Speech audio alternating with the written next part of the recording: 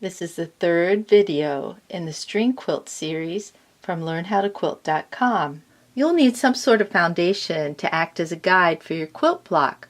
I started off using an 8.5 by 11 sheet of lined paper, but you can use regular typing paper or paper for your computer. If you like to recycle, you might want to cut up newspaper or tissue paper. Remember, eventually this paper has to be removed, so the tissue paper and the newspaper are the easiest to tear away, but you will have to cut these pieces the size that you want. You can also use fabric or batting as a permanent foundation. This will have to stay in the quilt. To learn more about the pros and cons of each method, check out our video on foundations. Ready to get started? In the next video, I'll go over cutting your strips.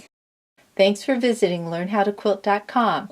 Please subscribe to us on YouTube and share our videos with your friends.